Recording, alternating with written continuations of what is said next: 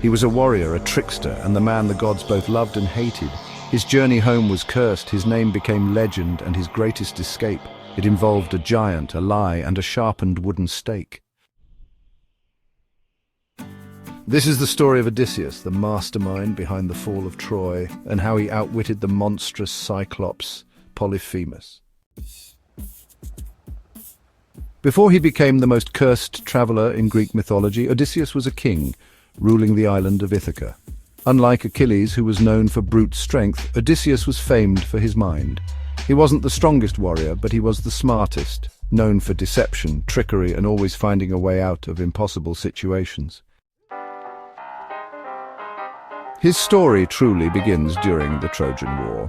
When the Greek kings banded together to attack Troy, Odysseus initially tried to avoid the war by pretending to be insane.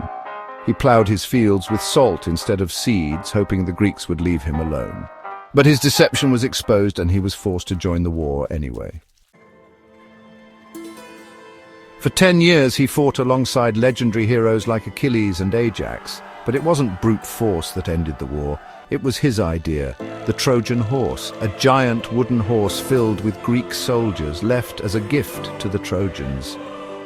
The Trojans brought it inside their walls, and by nightfall Troy was burning. But Odysseus's real troubles began after the war, when he angered the gods and spent the next 10 years struggling to return home. And that's where our story really begins. After leaving Troy, Odysseus and his men sailed across the sea, facing storms, monsters, and curses.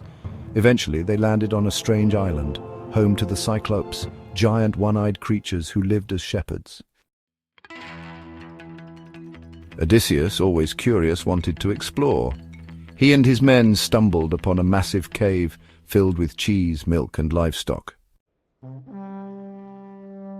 The crew wanted to grab what they could and leave, but Odysseus, he wanted to see who lived there. That was his first mistake. The cave belonged to Polyphemus, a massive and brutal Cyclops who just so happened to be the son of Poseidon, the god of the sea. When he returned home and found Odysseus and his men stealing his food, he blocked the cave entrance with a boulder and demanded to know who they were. Odysseus, being the trickster he was, lied. He didn't say he was a Greek hero. He told Polyphemus they were lost travelers hoping for his kindness. Polyphemus's response? He grabbed 2 of Odysseus's men and ate them alive. Trapped inside the cave with a man-eating giant, Odysseus knew brute force wouldn't work. Even if they killed Polyphemus, they couldn't move the massive boulder blocking the exit. They needed a plan. And so he came up with one of the greatest tricks in Greek mythology. The next night, Odysseus offered Polyphemus a gift, a large bowl of strong wine, the kind so powerful it had to be mixed with water to be drinkable. But Odysseus gave it to the Cyclops pure. Polyphemus, drunk and pleased, asked for Odysseus's name. And here's where Odysseus showed his true genius. My name is nobody. Polyphemus laughed, drank more, and passed out. That's when Odysseus made his move. Using a massive wooden stake, he and his men sharpened it in the fire until it was red hot. Then, in one swift strike, they plunged it into Polyphemus's single eye, blinding him completely. The Cyclops screamed in agony, thrashing around. But when the other Cyclopes heard him and came running, they shouted, "Who is hurting you?"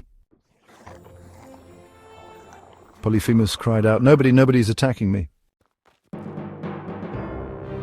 And so the other Cyclops left, thinking nothing was wrong.